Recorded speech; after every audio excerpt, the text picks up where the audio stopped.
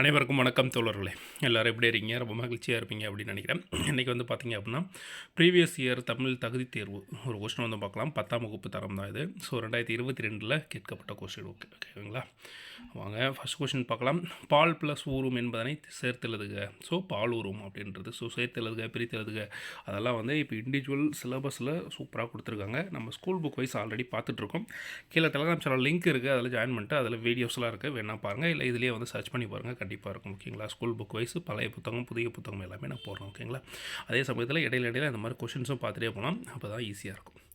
அடுத்து வந்து இரண்டாவது கொஷின் பாருங்கள். வான் ப்ளஸ் ஒளி வானொலி, கல் ப்ளஸ் தீது என்பது தேசனவும் சேரும் அப்படின்னா கற்றீது அப்படின்னு சேரும். ஸோ இதில் வந்து இதுக்கு முன்னாடி இந்த கொஸ்டினில் கற்றீது என்பதை பிரித்து எழுதுக அப்படின்ற மாதிரி கேட்டிருந்தாங்க.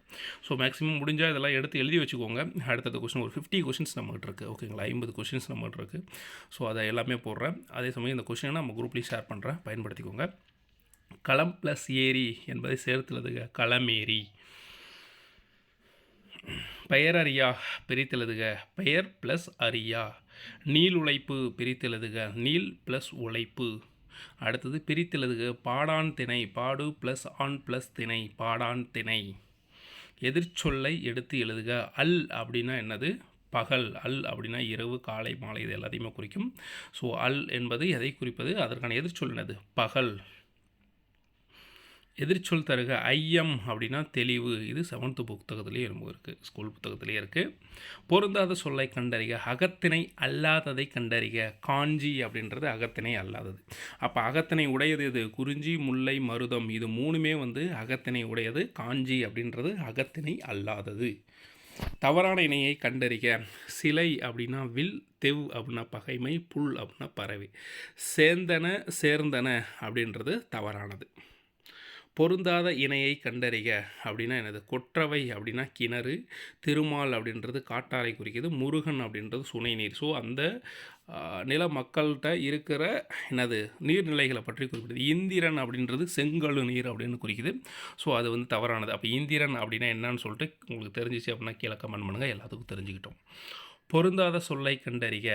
விளம்புதல், செப்புதல், மொழிதல், இது எல்லாமே வந்து மற்றவர்கள் சொல்வது இல்லை அல்லது நம்ம சொல்வது அப்படின்னு கூட வச்சுக்கலாம். கேட்டல் அப்படின்றது மற்றவர்கள் சொல்வதை நாம் கேட்டுக்கொள்வது அப்படி. ஸோ அப்போ அதுதான் பொருந்தாதது. பொருந்தா இணை எது அப்படின்றாங்க. தூறு, புதரின் அடிப்பகுதியை தூறு அப்படின்னு சொல்லுவோம். வெங்களி, காய்ந்த களி. செம்மல், வாடிய பூ.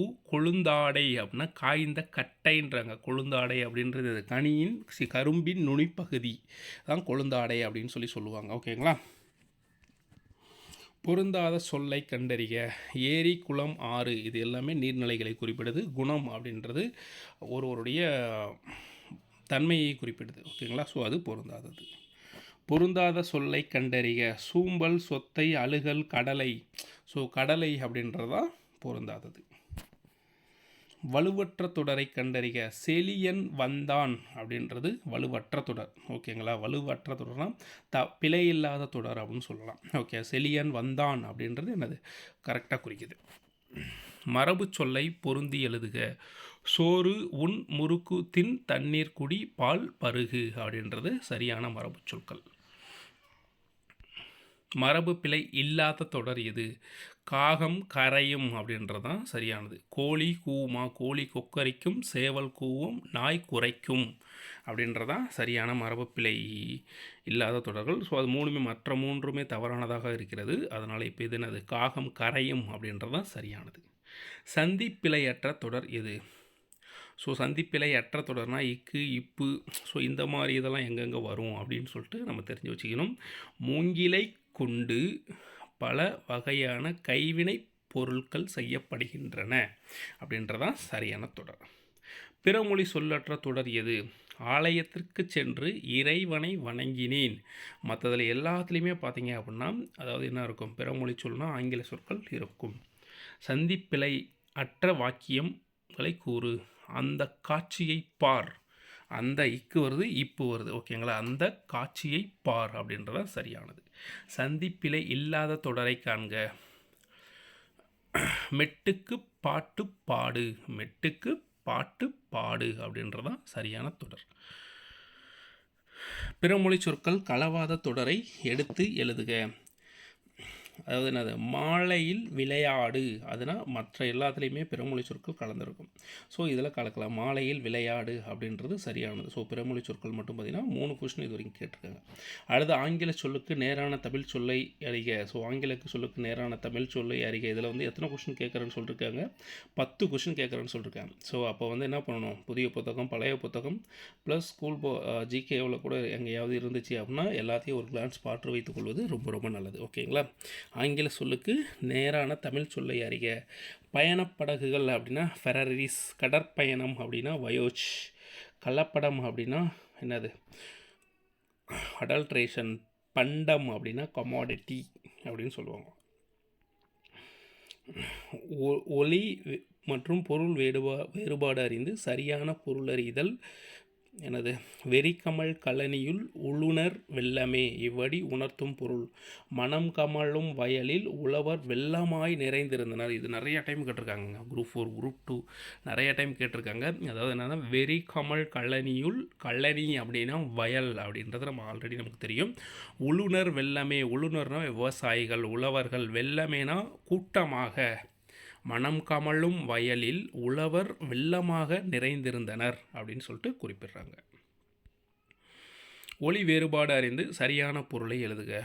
கூரை கூரை கூரை கூரை, கூரைனா வீட்டின் கூரை, கூரைனா கூரை புடவை அப்படின்னு சொல்லுவாங்க, திருமணத்திற்கு பயன்படுத்துவாங்கள்ல. ஸோ அதுதான் சொல்கிறாங்க. கூரை அப்படின்னா இந்த ரை வந்தால் புடவை. மதி என்பதன் தவறான பொருளை தேர்ந்தெடுக்க. மதி அப்படின்னு நிலவுன்னு டக்குன்னு போய் பிஏ டெக் பண்ணிடாதீங்க. அந்த கொஷினை முழுமையாக படிங்க. முடிஞ்ச அளவுக்கு, அதாவது டிஎன்பிஎஸ்சியில் எப்படி தவறானது சொல்லுங்கள், அந்த மாதிரி தான் நிறைய கொஷின்ஸ் வந்து ரிப்பீட்டடாக கேட்டுகிட்டே இருக்காங்க. ஓகேங்களா. மதி என்பதன் தவறான பொருளை தேர்ந்தெடுக்க. ஞானம், அறிவு, நிலவு இது எல்லாமே மதியை தான் குறிக்கும். பகலவன் அப்படின்றது யாரை குறிக்குது, நம்ம சூரியனை குறிக்கும். ஸோ அப்போ வந்து பகலவன் அப்படின்றதான் சரியான ஆன்சர். வேளம் என்பதன் தவறான பொருளை தேர்ந்தெடுக்க. பார்த்தீங்களா, வேளம் அப்படின்னா என்னது, யானை, பெண் யானை. பிடி, களிறு, பெண் யானை இது எல்லாமே யானையோடைய குறிக்கும். சிங்கம் அப்படின்றது தவறானது. வேர்ச்சொல்லை தேர்வு செய்க. ஓடினான் அப்படின்னா ஓடு அப்படின்றது சரியான பொருள். வேர்ச்சொல்லை தேர்வு செய்க. சொன்னார் அப்படின்னா சொல் அப்படின்றது சரியான வேர்ச்சொல். வேர்ச்சொல்லின் தொழிற்பெயர் காண்க. கொடு அப்படின்னா தொழிற்பெயர்னா என்னது, கொடுத்தல் என்பது வந்து தொழிற்பெயர். ஸோ கொடுத்தல் அப்படின்றதுடைய வேர் சொல் என்னது, கொடு. கொடுத்த அப்படின்னா என்ன, கொடுத்து அப்படின்னா என்ன, கொடுத்தவன் அப்படின்னா என்ன அப்படின்னு சொல்லிட்டு கீழே கமெண்ட் பண்ணுங்கள். வினைமுற்றுக்குரிய வேர் சொல்லை எழுதுக. அதாவது வினைமுற்று. தருகின்றனர் அப்படின்னு முடிஞ்ச ஒரு வாக்கியம் முடியுது அப்படின்னா அதுதான் வினைமுற்று. ஸோ வினைமுற்றுக்குரிய வேர்ச்சொல்லை எழுதுகன்றாங்க. அப்போ வினைமுற்றுக்குரிய வேர்ச்சொல் தருகின்றனர் என்பதற்கான வேர்ச்சொல் என்னது, தா அப்படின்றது தான். ஓகேங்களா. அகர வரிசையில் எழுதுக. அகர வரிசை அப்படின்னா உங்களுக்கு தெரியும், ஆ ஆ இ ஈ உ ஊ ஏ ஏ ஐ ஓ ஓ ஔ அக்கு அந்த லைனில் வரும். இல்லை காக்கா கி கி கு கு. ஸோ அந்த மாதிரி வரும். இது ரொம்ப ஈஸியானது தான். பட் ஆனால் வந்து ஒரு டைம் பார்த்துக்கிறது ரொம்ப நல்லது. ஏன்னா முதல் எழுத்துக்களை ஃபஸ்ட்டு பார்க்கணும். முதல் எழுத்துக்கள் எல்லாம் ஒரே மாதிரி இருக்குது அப்படின்னா அடுத்து இரண்டாம் எழுத்துக்களை பார்க்கணும். இரண்டாம் எழுத்தும் ஒரே மாதிரி இருக்குது அப்படின்னா அடுத்து மூன்றாவது எழுத்தை பார்க்கணும். ஸோ இந்த வரிசை மட்டும் ஞாபகம் வச்சுக்கோங்க. ஓகேங்களா. ஸோ இதில் பாருங்கள், ஆ இ ஐ ஓ ஔ சி ஓ ஓ அப்படி போயிடுது. அடுத்து வந்து பார்த்திங்கன்னா அகர வரிசைப்படி சொற்களை சீர் செய்க. இதுவும் அதே தான். அ ஆ இ ஈ உ ஊ ஏ அந்த மாதிரி வந்துருச்சு. அடுத்து வந்து பாருங்கள், கா கா கி கி கே கை கோ கோ வந்திருக்கு. ஓகேங்களா. ஸோ இது ஃபஸ்ட்டு தான் ரைட்டானது. அடுத்து பாருங்கள், ஆ ஆவுக்கு அடுத்தது என்ன வருது, மா. ஆ வரிசையில் ஆ மட்டும் அலுவலர் மட்டும் வருது. அடுத்தது எந்த வரிசையிலையும் இல்லை, மா வரிசையில் வந்திருக்கு. மா. ஓகேங்களா. அடுத்தது மோ அப்படி போகும்ல. ஸோ அடுத்து அதனால் வந்து இரண்டாவது சரியானது. அடுத்து வந்து பார்த்தோம் அப்படின்னா ஆ இதே வரிசையில் தான் வந்திருக்கு. இதுவும் வா வி அந்த வரிசையில் வந்திருக்கு. ஸோ இதில் மட்டும் பாருங்கள், 1 2 3 4 5 6 கொஷின் வந்திருக்கு பாருங்கள். அகர வரிசைப்படி எழுத்துக்களை மட்டும் 6 கொஷின் வந்திருக்கு. ஓகேங்களா. அடுத்து சொற்களை முறைப்படுத்தி சொற்றொடராக்குக. மிகப்பெரிய சாண்டியோ மீனை பிடித்தார். அதாவது சாண்டியாகோ மிகப்பெரிய மீனை பிடித்தார். இது ஸ்கூல் புத்தகத்தில் இருக்குது. ஓகேங்களா? ஸோ ஃபஸ்ட்டு தான் ரைட்டானது. சொற்களை ஒழுங்குபடுத்தி சொற்றொடராக்குதல். பிறருக்காக உழைத்து புகழ்பெற்ற சான்றோர்கள் உள்ளனர். பிறருக்காக உழைத்து புகழ்பெற்ற சான்றோர்கள் உள்ளனர் அப்படின்றது சரியானது. இதை நாளைக்கு நீங்கள் திரும்ப படித்து பார்த்தீங்கன்னாவே உங்களுக்கு வந்து ஆன்சர் வந்து புரிஞ்சிடும். கடைக்கு போவாயா என்ற கேள்விக்கு போக மாட்டேன் என மறுத்து கூறல் எனது மறைவிடை. ஓகேங்களா? கடைக்கு போவாயா அப்படின்னு போக மாட்டேன் அப்படின்னு சொல்கிறது மறைவிடை. அதாவது மறுத்து கூறல் தான் மறைவிடைன்னு சொல்லுவாங்க. போவேன் அப்படின்னா நேர்விடை. ஓகேங்களா? கடைக்கு போவாயா அப்படின்னு சொல்லி கேட்டால் போவேன் அப்படின்னு சொன்னால் நேர்விடை. அதே கடைக்கு போவாயா அப்படின்னா நீ போக மாட்டியா அப்படின்னு சொல்லி கேட்டால் ஏவல் விடை. ஓகேங்களா? அதாவது ஒருவர் சொல்கிறாங்க, அதை நான் மறுத்துட்டேன் அப்படின்னா அது என்னது மறைவிடை. அதே வந்து ஒருத்தர் சொல்கிறத போகிறேன் அப்படின்னு ஏற்றுக்கொண்டால் அது நேர்விடை. அதே அவங்களையே திரும்ப கேள்வி கேட்குறோம், ஏன் நீ போக மாட்டியா அப்படின்னு சொல்லி கேட்டால் அது ஏவல் விடை. கடைக்கு போவாயா அப்படின்னு சொல்லி கேட்டால் நான் வந்து ஸ்கூலுக்கு போவேன் அப்படின்னு சொன்னால் அது இனமொழி விடை. ஓகேங்களா? அதாவது அவங்க கேட்குற இடத்துக்கு பதிலாக வேறு ஒரு இடத்துக்கு நம்ம என்ன பண்ணுறோம் போகிறோம். ஓகேங்களா? ஸோ அந்த மாதிரி சொன்னால் இனமொழி விடை. இதுக்கான அர்த்தமே அவ்வளோதான். ஸோ இது வந்து ரொம்ப ஈஸியாக புரிஞ்சுக்கலாம். ஓகேங்களா? அடுத்து வந்து பார்த்தோம் அப்படின்னா விடை வகையை கண்டறிய. என்னுடன் ஊருக்கு வருவாயா என்ற வினாவிற்கு வராமல் இருப்பேனா அப்படின்னா வினா எதிர் வினாதல் விடை. ஸோ அவங்களே திரும்ப வந்து ஒரு வினா கேட்குறது. அடுத்து வந்து விடைக்கேற்ற வினாவை தேர்ந்தெடு. தேவநேய பாவனர் மொழி ஞாயர் என்று அழைக்கப்படுகிறார். தேவநேய பாவனர் எவ்வாறு அழைக்கப்படுகிறார் அப்படின்றது சரியான கேள்வி. விடைக்கேற்ற வினாவை அமைக்க. தொடக்க காலத்தில் மனிதர்கள் தனித்தனி குழுக்களாக வாழ்ந்து வந்தனர். தொடக்க காலத்தில் மனிதர்கள் எப்படி வாழ்ந்து வந்தனர் அப்படின்றது சரியான கேள்வி. இரு வினைகளின் பொருள் வேறுபாடு அறிதல். சரியான தொடரை தேர்ந்தெடு. பணிந்து அப்படின்னா மற்றவர் சொல்வதை கேட்டு பணிந்து செயல்படுதல். பணித்து அப்படின்னா நம்ம மற்றவர்களை இதை செய்யுங்கள் அப்படின்னு சொல்கிறது. ஓகேங்களா? அதாவது இறைவனை பணிந்து செல்ல வேண்டும் என பெற்றோர் பணித்தனர். ஸோ எவ்வளோ அழகாக சொல்லியிருக்காங்க பாருங்க. இறைவனை பணிந்து செல்ல வேண்டும் என பெற்றோர் பணித்தனர் அப்படின்னு சொல்லி சொல்கிறாங்க. அடுத்து இரு வினைகளின் பொருள் வேறுபாடு அறிதல். சரியான தொடரை தேர்ந்தெடு. மாற்றி, அதாவது மாறு வேடத்தில் பரிசு பெற்றவுடன் வேடத்தை மாற்றிக்கொண்டனர். வேடத்தில் பரிசு பெற்றவுடன் வேடத்தை மாற்றிக்கொண்டனர். உள்ளங்கை நெல்லிக்கனி போல அப்படின்னா ஓமை கூறும் பொருள் தருக. ஓகேங்களா? இது சிலபஸ்லாம் இருக்கிறது தான். வெளிப்படைத்தன்மை. உள்ளங்கையில் நெல்லிக்கனி வச்சா வெளிப்படையாக எல்லாத்துக்கும் தெரியும் இல்லையா? ஸோ அதை தான் சொல்கிறாங்க. கிணறு வெட்ட பூதம் கிளம்பியது போல எதிர்பாராத நிகழ்வு. அடுத்து சரியான விடையை போகிறதுக்கு. ஏவு ஊர்தி அப்படின்னா லான்ச் வெஹிக்கிள். ஏவுகணை அப்படின்னா என்னது? மிசைல். பதிவிறக்கம் அப்படின்னு எதை குறிக்கிறது? டவுன்லோடு. கடல் மைல் அப்படின்னா நாட்டிக்கல் மைல் அப்படின்னு சொல்லுவாங்க. சரியான கலை சொல்லை கண்டறிக. கன்சியூமர் என்டர்ப்ரோனர். கன்சியூமர் அப்படின்னா பொருட்களை வாங்குவோர். என்டர்ப்ரோனர்னா பொருட்களை விற்போர். இப்போ எப்படி சொல்லலாம்? கன்சியூமர்னால் நுகர்வோர், என்டர்ப்ரோனர்னால் தொழில் முனைவோர்னு சொல்லுவாங்க. ஓகேங்களா? அடுத்து விடை வகைகள். நீ படிக்கவில்லையா என்ற வினாவிற்கு தலைவலிக்கும் என்று உரைப்பது ஊறுவது கூறல் விடை. அதாவது ஊறுவது கூறல் விடை. ஆங்கில சொல்லுக்கு இணையான தமிழ் சொல்லை கண்டறிய. சைபர் ஸ்பேஸ் அப்படின்னா இணைய வெளி அப்படின்னு சொல்லலாம். ஆங்கில சொல்லுக்கு இணையான தமிழ் சொல்லை கண்டறிய. சாஃப்ட்வேர் அப்படின்னா மென்பொருள். சரியான ஊர் பெயரின் மறுவை எழுதுக. உதகை அப்படின்னா உதகமண்டலம். மன்னார்குடி அப்படின்னா மன்னை. புதுச்சேரி அப்படின்னா புதுவை. கும்பகோணத்துக்கு வந்து வேறு என்னமோ ஒரு நேம் வரும், டக்குனு ஞாபகம் உங்களுக்கு தெரிஞ்சுன்னா கீழே கமெண்ட் பண்ணுங்கள். ஓகேங்களா? வானவன் மாதேவி எனும் உயிர் பெயரின் மருவு எதுவென்று கண்டறிக. மானாம்பதி. வானவன் மாதேவி அப்படின்ற ஊர் பெயர் என்னவோ மருவி இருக்குது. மானாம்பதி அப்படின்னு சொல்லிட்டு மருவி இருக்கிறது. நிறுத்தார்குறிகள். படிக்கிற பையன்கள் இதை கட்டிக்கிட்டா கம்மா போட்டாங்க. பரீட்சையை கூட சுலபமாக எழுதி பண்ணிடலாம் என்றான் தாயத்தை விற்கிறவன் அப்படின்னு சொல்கிறாங்க. ஸோ இந்த நிறுத்தார்குறி வந்து பார்த்திங்கன்னா நிறையா ஓல்டு புத்தகத்தில் தான் அதிகமாக இருக்குது. ஸோ அதை முடிஞ்சால் நான் ஒரு வீடியோவாக போடுறேன். எனக்கும் இது கொஞ்சம் கன்ஃபியூஷன் தான், எந்த இடத்துல நிறுத்தார்குறி வராது அப்படின்றது. ஸோ முடிஞ்ச அளவுக்கு அதை பார்த்துட்டு நான் ஒரு 4-5 டைம் படித்து பார்த்துட்டு அதுக்கப்புறம் எனக்கு புரிஞ்சிருச்சுன்னா உங்களுக்கு கண்டிப்பாக வீடியோ போடுறோம். ஓகேங்களா?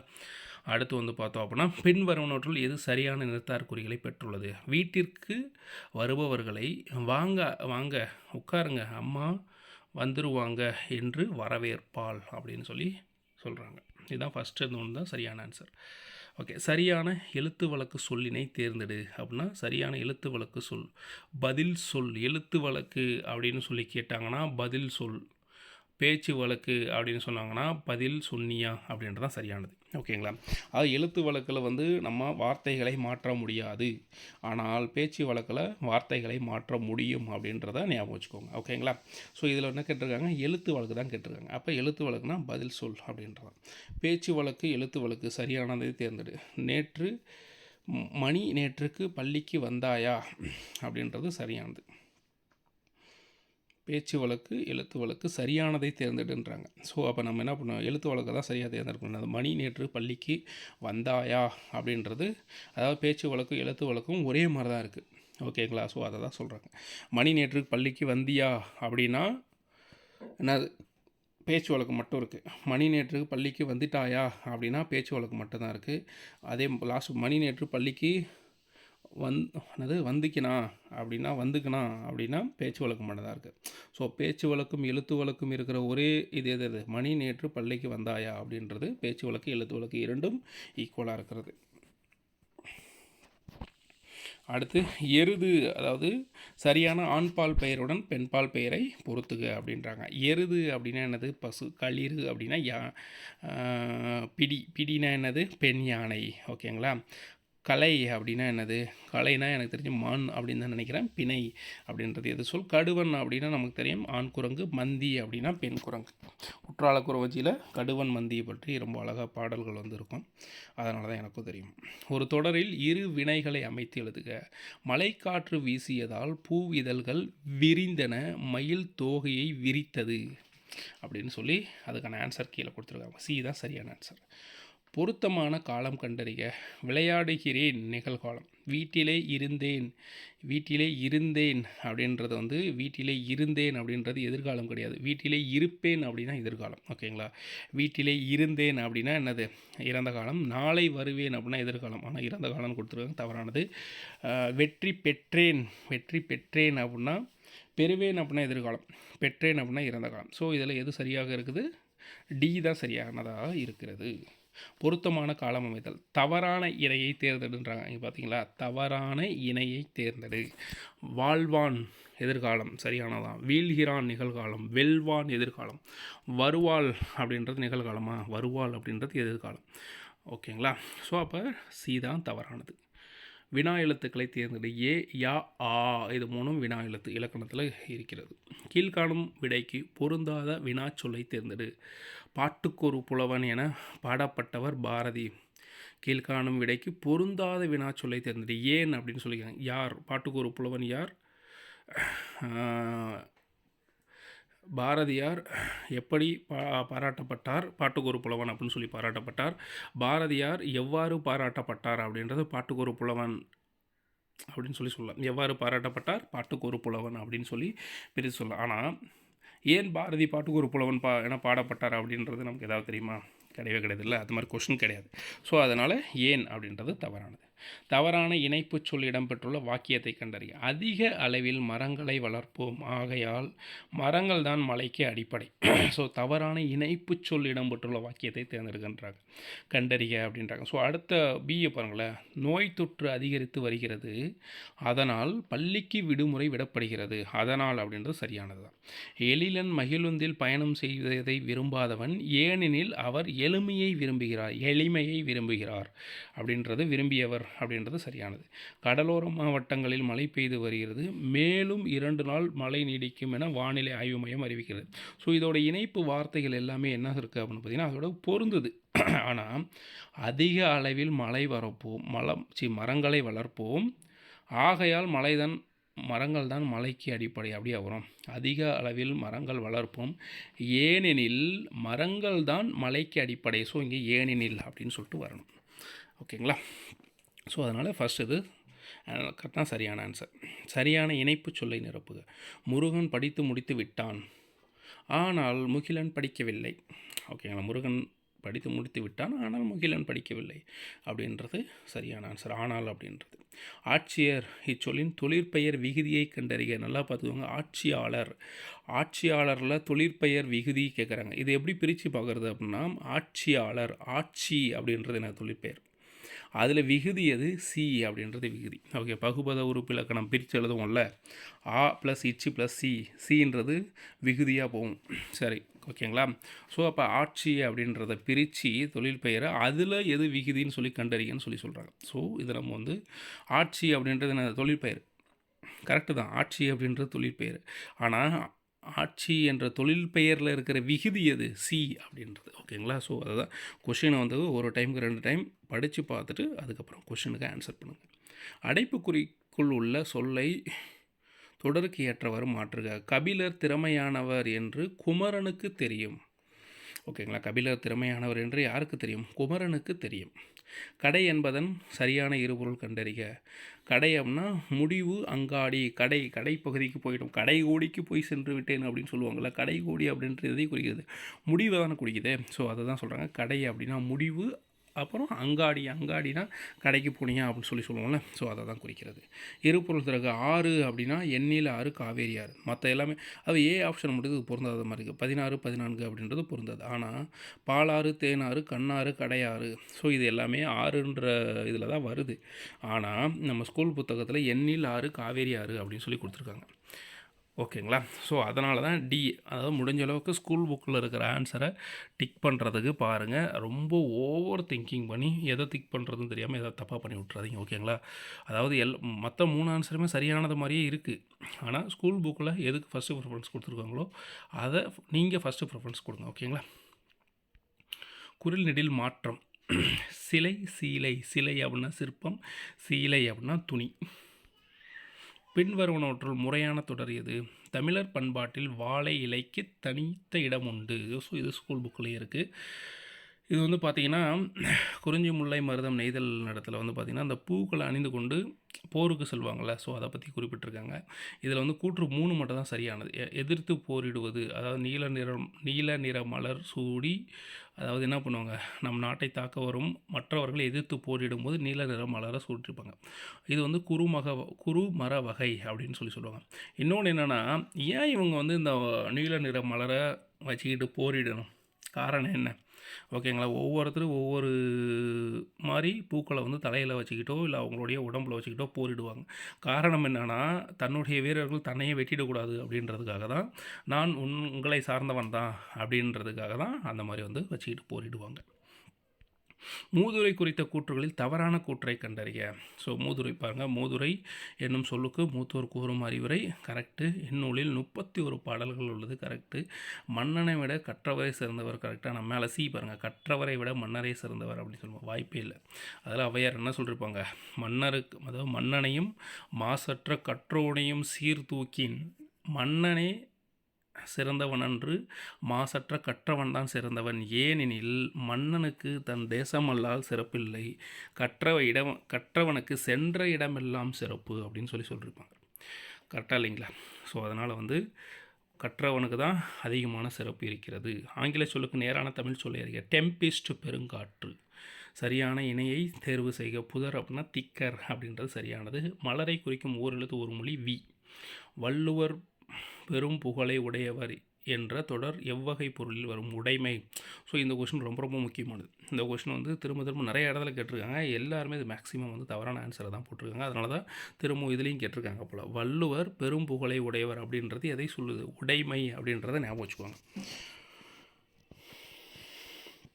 பொருந்தாத பொருளை தேர்வு செய்க. வெறிக்கமல் கல்லணியுள் உளுணர் வெள்ளமே. மேலே பார்த்தா இல்லைங்களா, இவ்வடி உணர்த்தும் பொருள் யாது. அதாவது மேலே பார்த்த கொஷினை அப்படியே கீழே கொடுத்துருக்காங்க. மனம் கமலும் வயலில் உழவர் வெள்ளமாக உழுதிருந்தனர் அப்படின்றது தான் என்னது, பொருத்தமான பொருளை தேர்வு செய்க. ஸோ இந்த ஒரே கொஷினை 2 டைம் கேட்டிருக்காங்க. பொருத்தமான பொருளை தேர்வு செய்க. அரிச்சுவடி அப்படின்னா அகர வரிசை எழுத்துக்கள் அப்படின்னு சொல்லலாம். ஓலைச்சுவடி கிடையாது, அரிச்சுவடி அப்படின்னா அகர வரிசை எழுத்துக்களை குறிப்பிடும். பொருத்தமான பொருளை தேர்வு செய்க. ஆமா என்னும் கலை சொல்லின் பொருத்தமான பொருளை தேர்வு. ஆமா அப்படின்னா காட்டுப்பசு. பொருத்தமான பொருளை தேர்வு செய்க. வானரம் அப்படின்னா யானை. பொருத்தமான பொருளை தேர்வு செய்தல். ஆழி அப்படின்னா கடலை குறிக்குது. சொற்றொடர்களின் கூட்டு பெயர்கள் என்னது? ஆடு, அதோட கூட்டு பெயர் என்னது? ஆட்டு மந்தை அப்படின்னு சொல்லுவோம். வன்தொடர் குற்றியல் உகரம் எது? நாக்கு, வகுப்பு. யாப்பிலக்கணத்தின்படி மூவகை எழுத்துக்கள் அவை? குறில், நெடில், ஒற்று. ஸோ அப்போ யாப்பிலக்கணத்தின்படி மூவகை எழுத்துக்கள் என்னது? குறில், நெடில், ஒற்று. பிழை திருத்துக. சரியான எண்ணாடையை தேர்வு செய்க. 1 + உயிர். ஸோ பிழை திருத்துக. 1 + உயிர்னா ஓர் உயிர் அப்படின்னு சொல்லலாம். ஓர் உயிர் அப்படின்றது எப்படி பிரித்து எழுதணும்? 1 + உயிர் அப்படின்னு சொல்லிட்டு பிரித்து எழுத வேண்டும். அடுத்து பாருங்கள், பிழை திருத்துக. சரியான எண்ணாடையை தேர்வு செய்க. 2 + எழுத்து ஈரெழுத்து. சொல் பொருள் பொறுத்துக. அணங்கு அப்படின்னா தெய்வம், மாகல் அப்படின்னா என்னது? பெருங்காற்று, மாநீர் அப்படின்னா என்னது? கடல், கயம் அப்படின்னா என்னது? நீர்நிலை. கயம் அப்படின்றது என்னது? நீர்நிலை. சொல் பொருள். கொடியானர், கொடியானர் அப்படின்றது மகளிர். இசை அப்படின்னா என்னது? புகழ். மறுப்பு அப்படின்றதை குறிக்கிறது கொம்பு. மால்வரை அப்படின்னா பெரிய மலை. ஒருமை பன்மை பிழையற்ற தொடரை தேர்ந்தெடுக்க. மனிதர்கள் பொருள் தேடுவதற்காக பல ஊர்களுக்கு செல்கிறார்கள். ஸோ இது மனிதர்கள் அப்படின்றது என்ன சொல்லுது? அதாவது பன்மையை குறிக்கிறது. பல அப்படின்றது பன்மையை குறிக்கிறது. செல்கிறார்கள் அப்படின்றது பன்மையை குறிக்கிறது. ஸோ அதனால தான் இது சரியானது. ஒருமை பன்மை பிழை அற்ற தொடரை தேர்வு செய்க. பிரம்பினால் செய்யப்பட்ட பல வகையான பொருட்கள் இங்கே உள்ளன. ஓகேங்களா? உள்ளன. பிரம்பினால் அப்படின்னா பல வகையான பன்மையை குறிக்கிறது. உள்ளன அப்படின்னா அதுவும் பன்மையை குறிக்கிறது. ஸோ அடுத்து இந்த பாத்தியை படித்து பார்த்தா இது வந்து ரொம்ப ஈஸியானது. ஆல்ரெடி நம்ம நிறைய டைம் படிச்சிருக்கோம். மலை என்றதும் குழந்தைகள் நினைவு கூறுவது காகித கப்பல். ஸ்கூல் புக்கில் இருக்குது. ஓகேங்களா? அடுத்து வந்து பார்த்தோன்னா பழங்கால முதல் தமிழர்கள் எந்த கலையில் சிறந்திருந்தால் கப்பல் கட்டும் கலை. தமிழர்கள் கப்பல் மூலம் வெளிநாடுகளுக்கு சென்றனர் என்பதற்கு சான்று எது? இலக்கியங்கள். நமக்கு கிடைத்துள்ள மிக பழமையான நூல் எது? தொல்காப்பியம். தொல்காப்பியம் கடற்பயணத்தை எதுவாக குறிப்பிடுகிறது? முன்னீர் வழக்கம் என்று குறிப்பிடுகிறது. ஓகே, இதோட முடிஞ்சு. நாளைக்கு அடுத்த கொஸ்டின் பார்க்கலாம். நன்றி நண்பர்களே.